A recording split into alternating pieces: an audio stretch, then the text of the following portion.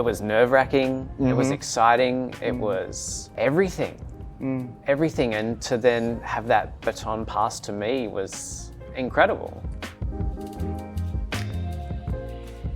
Hi everyone, welcome back to another episode. My name is Kevin O and this is Monday Arvo podcast. In this episode with Adam, I've decided to split it into two episodes. In part 1, we'll hear about the story of his career. In part 2, Adam shares his insights about his own pop-up, The Canning Project. Adam is not only an incredible chef, but someone who has a passion for supporting others. Grab a coffee or tea for a chat this Monday Arvo. How are you? I'm good. Thank you for being on the show. Thanks for having me here. How have you been for the last 6 months? So the last 6 months for me has been really kind of a roller coaster ride of, first of all, saying goodbye to my old team. As you know, we went through a transition of change of ownership at Flying Fish, which meant a lot of the previous staff were contractually obligated to stay with the Star. And when Dee Dee's Waterfront Group took over, we had to rehire a whole new team. So that, with a whirlwind of emotions of excitement to retake back the brand, which meant a lot more flexibility and freedom with what we could do with it. But at the cost of, again, as a leader, saying goodbye to a team, that's hard. And it's a hard thing. And it's not something that people really talk about when you're a leader of a team, to then build a new one so suddenly. It takes a lot of effort. Yeah, as I say, it's been a roller coaster of emotions, but here we are, sort of 4 months into the new change of ownership, and it's smooth sailing from here. Nice. I hope anyway. I hope. Cool. Before we get into a bit deeper, would you be able to introduce Flying Fish and yourself? Yeah. So my name is Adam. I'm the executive chef of Flying Fish Restaurant. Flying Fish has been a brand that I've been a part of for about 12 years now. First started, well, actually 14 years if we're honest. In 2010 I started as a commie, and I've worked here on and off across the 14 years. This is my third time returning. So worked for a few years, left, came back, left, and now returned to be head chef. So it's a brand that's close to my heart. It's where I actually met my wife Dinah, who you know. Yeah. We worked together all those years ago as friends, and then eventuated into more. So it's a brand that's very close to my heart. Right. And obviously it's evolved. It'll be 20 years of operation this year, and it's evolved across that time, depending who the head chef is. So now we kind of situate ourselves as being that modern Australian seafood restaurant with that sustainable focus, highlighting a lot of native Australian ingredients as well, as most modern Australian restaurants do. Utilising sort of very simple cooking techniques. We've got a beautiful wood fire grill in there, trying not to mess around with the ingredients too much. You said this is your third time returning. How was the feeling each time when you return to the Flying Fish? It's very different, somewhat, and you hold on to that. You hold on to the memories of the nostalgia of the time previously and the team previously, but then it's always important to sort of transition into that new period of whatever it might be of who the chef is. The food style is different, maybe the cooking style is different, and especially when we transitioned from Jones Bay Wharf up into the Star, it was a whole completely new restaurant, and trying to capture the heart of what Flying Fish was in Jones Bay and transition here. That comes with that kind of warmth of hospitality and generosity of spirit, which is what kind of Dee Dee's Waterfront Group stands for. First and foremost, sort of looking after that guest experience. So that was really important coming up to the new location, that we kind of collectively all upheld that. But coming back for the third time to run it was something that was kind of truly special for me. It felt like an accumulation of all the years of training, and this was the final chance to now it's in my hands. And the responsibility. So it was nerve-wracking, it was exciting, it was everything. Everything, and to then have that baton passed to me was incredible. And you feel kind of an immense sense of pride to carry that in a restaurant you've worked so long in, even though it's been broken up. But Very, very exciting. You mentioned that you had to say goodbye to the whole team, and then you hired a whole new team with the new group. How was the first service? As the first service in many, I would say it was almost akin to opening a new restaurant, where you've got a whole room of strangers that they don't know each other. And yes, you can give them the training and the recipes, and you can do as many mock services as you like. But that first one hits differently, and it was chaos. Let's call it. Call it what it is. It was. It was chaos. There's so many moving parts that come with the restaurant that, as the head chef, you just cannot control everything. You know, you can give everyone as much training, but there's things that can just escalate out of control during service. And when you've got, because it all ties together from the moment the guests walk in the door. So, and that experience to get them to the table, to get them water, to get them a drink, to get them food, to get their order taken, all of that culminates to any little mistake translates all the way.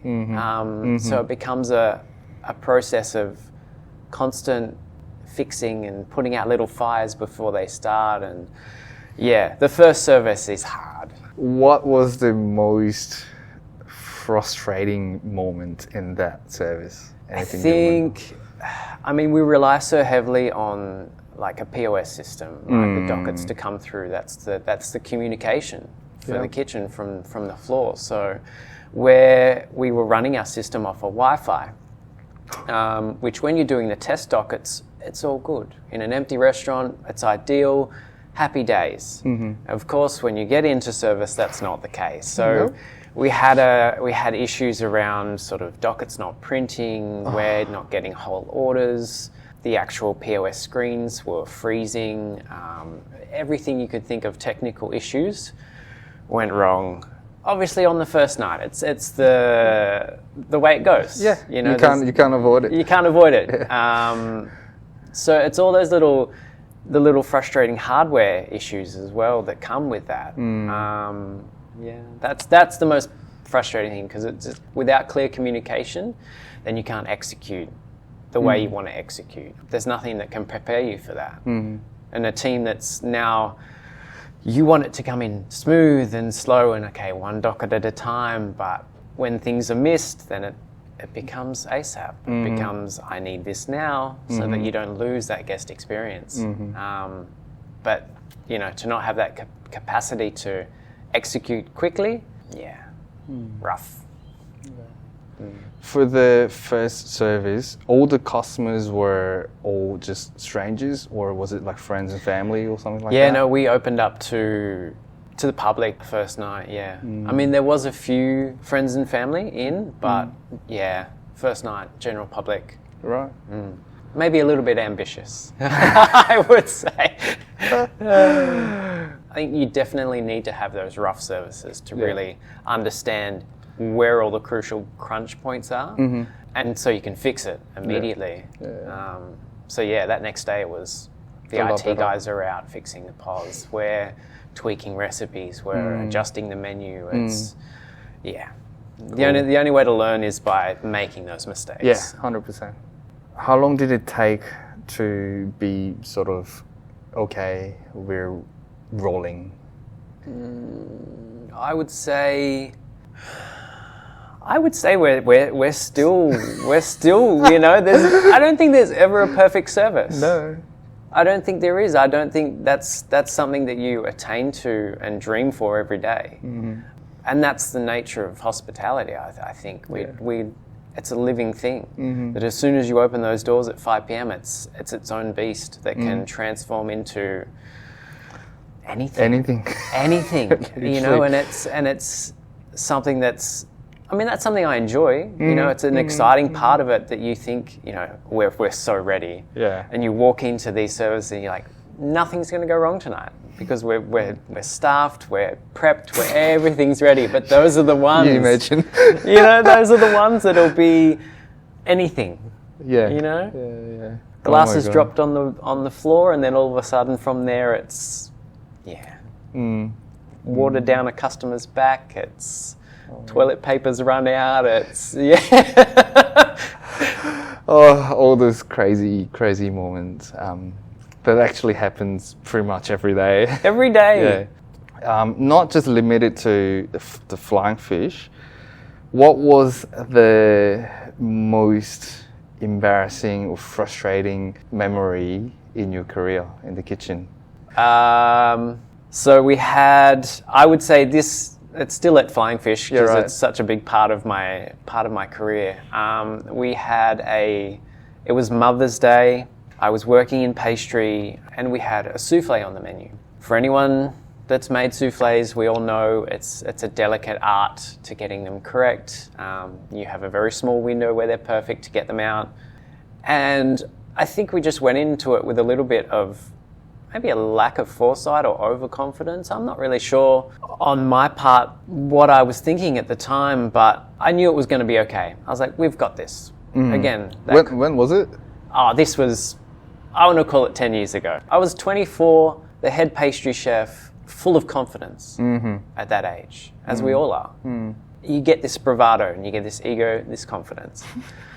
And this is a life lesson that I think about quite often, but we come into Mother's Day, lunch service starts rolling and the desserts start coming in. Okay, first few orders, great, boom, boom, boom, it's all going out smooth. Great, we're on a high. Then they start piling up and piling up as it does on a Mother's Day lunch. It's one of the busiest services of the year. Yeah. So all of a sudden we've got about 25 souffles on order. And at that time we had these beautiful deck ovens that we could cook quite a lot at once, and had all the ramekins done, had the mix in, and they're all kind of cooking perfectly. But that small window only lasts so long. So as we're sending these, and it's getting harder and harder to get service, and I'm just watching these collapse and die. No. And so then you're in this frantic mode of, do I send these? Do I refire? Then it's going to take another... It's going to take another 15, 20 minutes to cook. So then it just spiraled out of control because I was then making those snap decisions, being able to go, right, this is not good enough, start again. Guys get more mixed whipping because we were whipping it by hand, as was what you did. So then it all snowballed to the point where those final tables waited at least over an hour for their desserts. And that's not something you want to do for the mums on their Mother's Day. So that was a really good lesson. And once all the other chefs kind of realized that this was happening, and then everyone's coming in to help, why did this happen? What are you doing? And in the moment you're frustrated and angry, and it's just, you're not thinking clearly. So it was really good. It just went bad. And everyone left that service really kind of defeated. And even I went home and I was like, I've messed up big time. This is a true failure because you've let all these people down on a very special day for something that could have been managed a lot better. You're like, right, okay, plan the menu differently, execute it differently. Plan your workflow better. All those kind of little things which, unless you mess up, you won't think about. No. So that was one that stuck with me for a long time because such a big one. It's a big one. Yeah. It's a big one, and it let a lot of people down. Yeah. And that's when the self-reflection comes in. You're like, why did I let it? Yeah. Why did it get to that? And there's a whole bunch more. There's a lot. There's another time where it's we've rushed down to the fish market during service because we've run out of fish for the mains, and I mean, I have many cherished memories of us working together at Arthur and the days at Jane, but it's one of those things that I really look back on fondly, that we were so precise. There was a lot of precision and focus with what we did, especially at Arthur, that to have something like that go wrong it's so rare. Yeah. So rare when everything was, organised so correct, because we didn't have the space. No. And I mean, and I came in, even when I came in, was after the renovations at Arthur in that pastry kitchen. So, but when you have limited space, you have to be so Smart, in control yeah. and smart. Yeah. I mean, you have to look back on it and laugh sometimes. Yeah. And go, that was a crazy day. What a whirlwind of 3 hours. We have talked about recent time of your career, and now let's touch base a little bit of beginning of it. Where are you from, and how did you get into cooking? Okay, so I grew up on a small farm in Kundabung, which is near Port Macquarie up on the mid-north coast. We sort of grew a lot of our own produce. We had a veggie garden, fruit trees. We raised cows, sheep, pigs, all that kind of thing. So growing up in that setting, in that rural setting where you're able to go down to the vegetable garden and pick your own produce for dinner that night, that kind of started, I guess, that connection with food. I didn't always grow up cooking, so to speak. I mean, I was in the kitchen with my parents and cooking with my grandparents and things. But I wouldn't say I always lent into it. I actually wanted to be a vet originally when I was going through high school. It was either one or the two. When you're surrounded by animals and things, we were always looking after them anyway. So I really enjoyed it. And I thought, being a vet might be fun. You know, you get to look after animals, and even though you're dealing with the tough times in their lives, I think for anyone that has a pet, they understand the true kind of connection that they can bring in happiness. I think anyone that's got a dog or a cat at home right now would be smiling. Because you look back with, fond memories. But it wasn't until I was kind of going through high school and I was doing food technology and hospitality on both lines, and I was really enjoying it. It was actually the two subjects I did well in. Maths, English, science, forget about it. I just wasn't interested. I didn't give it the time of day or the study to really, I got passing grades, let's call it that. Yeah. But food tech and hospitality, that was my thing. Yeah. I really enjoyed it. And then once I got out of high school, I started an apprenticeship pretty much straight away. And I apprenticed at a small little cafe called Cafe 66 in Port Macquarie, which was an Italian cafe restaurant. For the first 6 months, I think I washed dishes every day. Wow. Once I sort of progressed from washing dishes, I remember buttering the garlic bread, doing sort of toasties and sandwiches, larder, kind of salads and things. But we were a kitchen of pretty much all apprentices and one chef. When you're all kind of 16, 17, 18, 19 boys running a kitchen, it's messy. It's very much It's like a kindergarten. Kindergarten, yeah. The children are running the restaurant, but it was a great starting point. I think it really taught me sort of the master the basics. I guess, something as simple as washing the dishes, but how to organize them, how to have a workflow, how to make sure that you keep your section clean and tidy, and understanding how to prioritize. Maybe the floor needs cutlery. Maybe the guys need pans. It was, and you don't think about that at the time. You think like, why the hell am I washing dishes all the time? But it's about creating the foundation for what would become how to be a chef. I think, responsibility, showing up for your shift when you're 18, when you're more interested in going out and partying and socializing with your friends and Playing games. Maybe you got a girlfriend at the time. Maybe you want to see her. So it taught me sort of that responsibility of showing up and being present to your shift. And it didn't really matter if you were scrubbing your floors, changing the bins, putting the stock away. Everything needs to be done correctly before you even touch a knife or cook food for people. I sort of worked my way up. I spent about 2 years there. I was doing my TAFE at the same time, and I decided to move out of home for the first time, which was very exciting. And I moved down to Newcastle with one of my friends, and I was working at a resort in Salamander Bay. And we were part of a kind of communal kitchen that serviced a buffet area and also another Italian restaurant. And we had a Chinese restaurant attached as well, all coming from one kitchen. And that again was another learning curve of understanding volume for a buffet, food safety with things that you can't let sit, you know, and the importance of why. And then also managing the daily prep around bulk for a buffet. It was a semi-fine dining Italian restaurant at the time, understanding the precision for that, helping the chefs that were cooking for the Chinese restaurant, a whole different cuisine as well. And I was still, at that time, I was then a third-year apprentice. So again, bottom of the rung, any job that needed to get done, it was dumped onto me.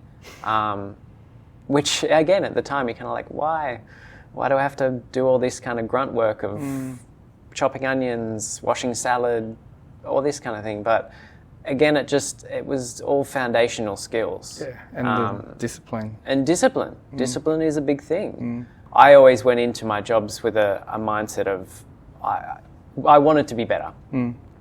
By a third-year apprentice, I was starting to have that chasing the dream of like, oh, actually, I want to be a good chef. You know, I want to be the best. So I worked there for about a year, and once I qualified, I was like, I'm ready for the big leagues in Sydney. I'm ready for it. I'm ready to go. Big city, I'm country boy, but I want to learn from the best. You know, I want to learn from these great chefs here in Sydney, and so I started sending resumes out. I worked very briefly at Otto in Woolloomooloo, which was a pretty intense kitchen to start as a newly qualified commie, but they just had higher standards than I was kind of ready for. So I didn't last there very long, just through, again, I don't think I was ready. At that point I was 21. I wasn't ready for that intensity. After that, then that was when I started Flying Fish. Haven't looked back since. But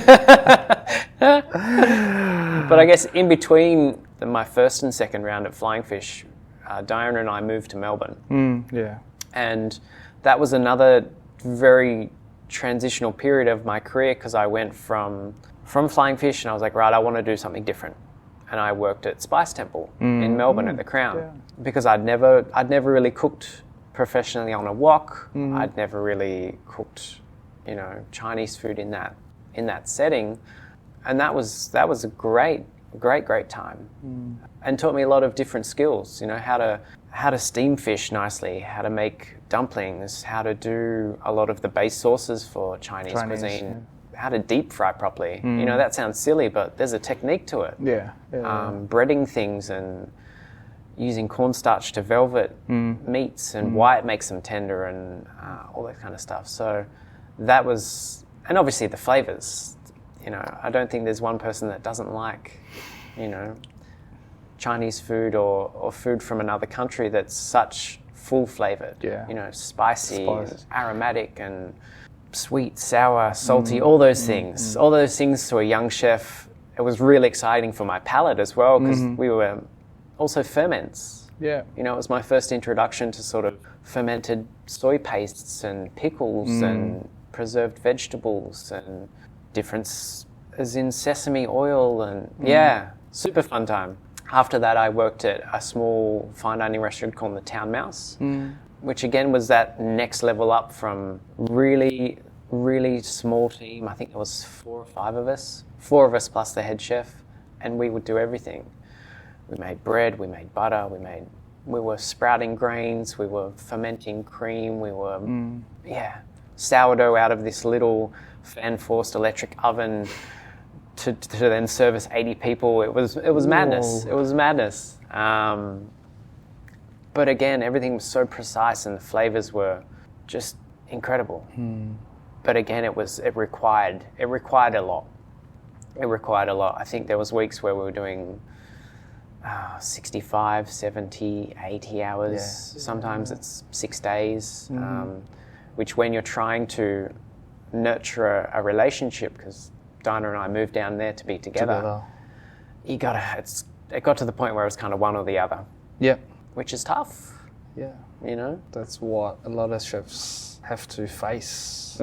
Yeah, it's a struggle for a lot of people, especially when, say, if your partner's not in the industry and they don't understand. You know, I was very lucky that Diana and I, even though she didn't stay in the industry as a chef. She worked front of house for quite a long time, so she understood.